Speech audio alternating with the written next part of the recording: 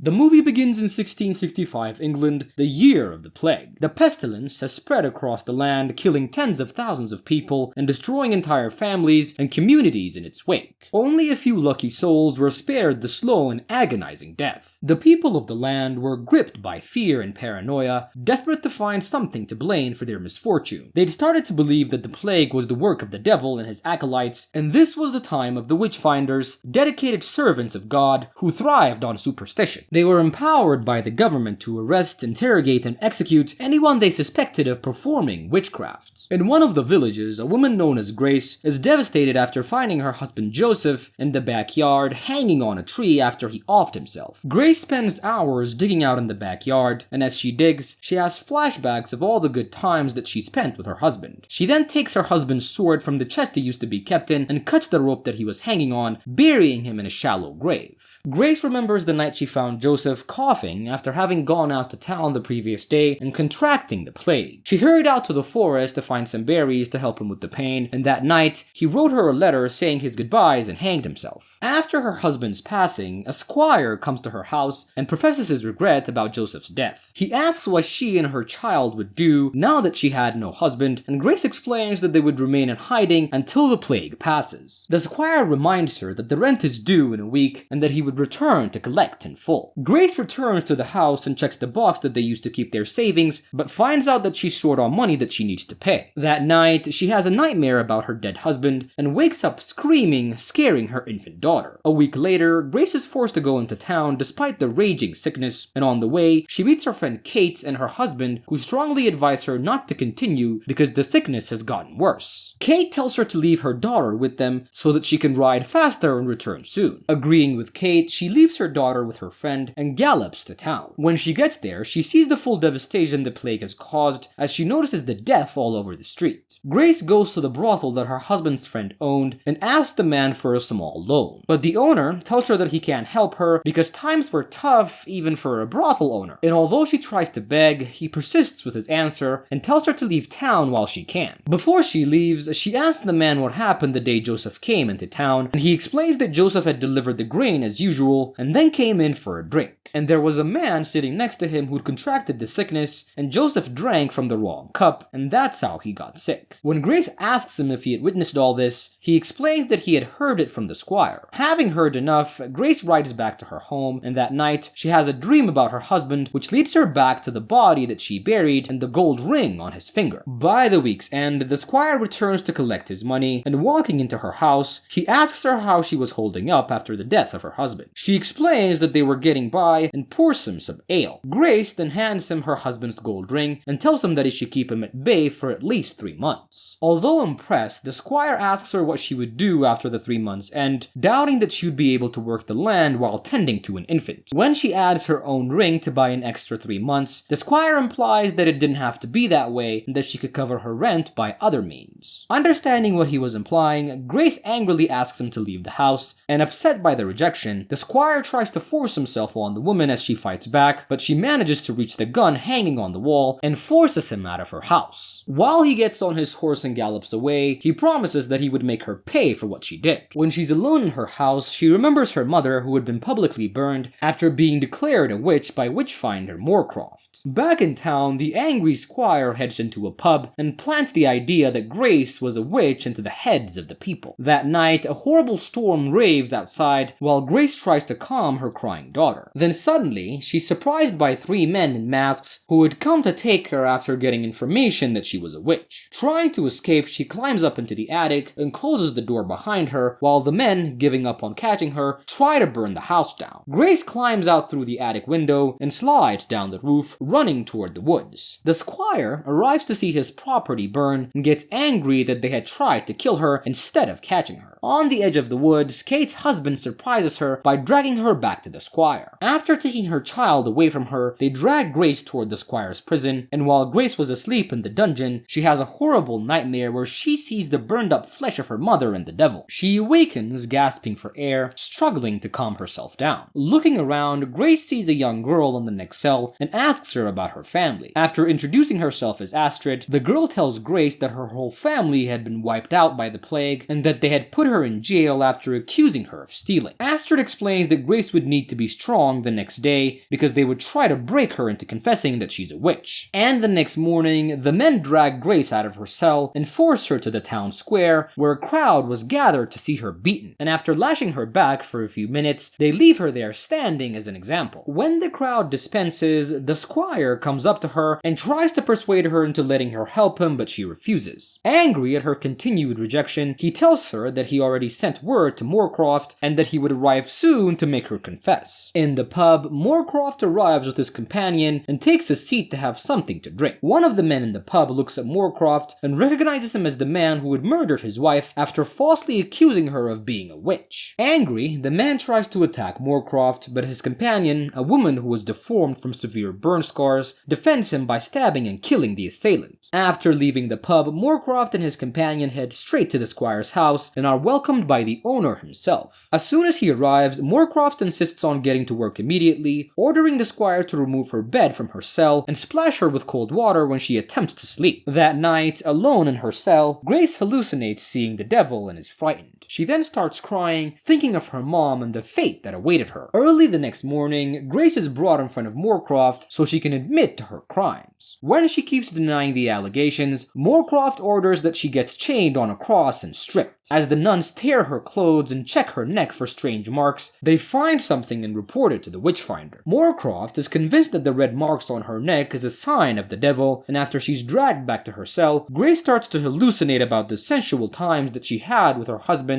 and she starts to act it out as she lays on the floor. Seeing her husband on the other side of the room, she gets up and goes to him, but when she reaches him, he transforms into the devil and he rips her throat open. Grace awakens with a gasp as cold water is dumped on her body. She's then taken to the main hall to face her accuser, who brings up her dead husband and the sudden act of him killing himself. When she doesn't confess to her crimes, Moorcroft has his assistant torture her by stabbing her with thin blades all over her body. And after hours of torture, Grace continues to stand her ground, refusing to lie just to make the pain stop. Moorcroft decides it was enough for the day and sends her back to her cell. In his private chambers, he speaks to his companion about the difficult woman, and he reminded her of the day he pulled her out of the fire, that she was just to be put in after the rain had doused the flames, and he told her that it was time for her to speak to Grace. The scared woman heads down to where the weakened Grace lay in her cell and attempts to convince her to say that she's a witch. Grace almost falls for it, but regains her willpower when she thinks about her lonely daughter, and she tells the woman that she wouldn't be tricked into speaking a lie and kicks her out of her cell. On the day of her trial, Grace is taken to the Great Hall and placed in front of Moorcroft and all the townspeople who would come to hear the verdict. Although Grace hadn't confessed, Moorcroft makes a point of all the evidence that he's accumulated on the woman, deeming her an associate of the devil. Moorcroft will not stop until he gets Grace's confession, and to scare her into giving it, he shows her a device which he tells her would inflict excruciating pain, and he would be forced to use it unless she speaks the truth. And when Grace refuses to give the Witchfinder what he wants, he has his companion torture her in the most horrific way possible, but Grace stays strong. Agitated by her persistence, Moorcroft decides that he would judge her guilty anyways, and sentences her to death by fire. Once Grace is returned to her cell, she decides that she has no option but to escape, and conspiring with the sympathetic boy who'd been helping her, she has him get her the blood of a sick man who had died from the plague, and she then sends a message to Moorcroft saying that she had something important to tell him. The Witchfinder orders her to be brought up, and when she's taken to his chambers, she finds Moorcroft holding her child. Grace bargains with the man, and that she would give him her confession as long as he lets her daughter live.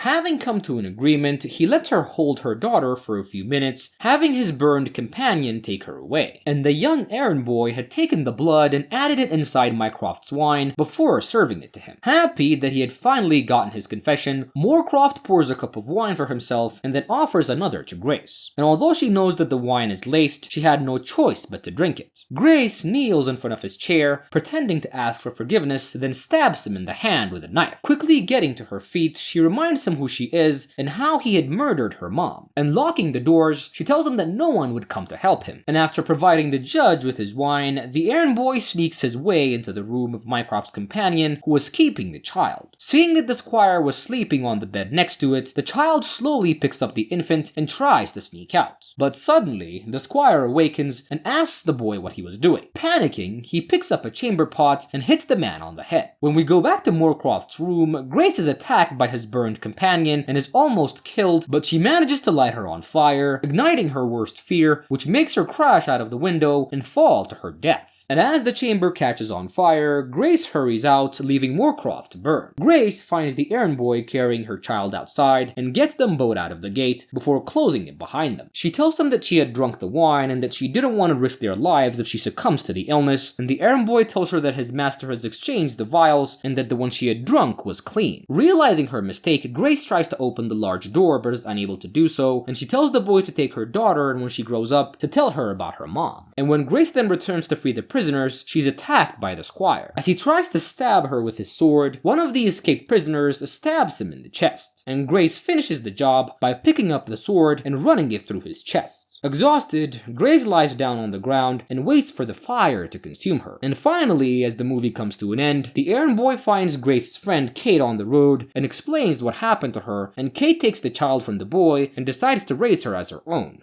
If you want to watch more creepy horror movie recaps, make sure to subscribe and leave a comment. We'll see you next time. Bye.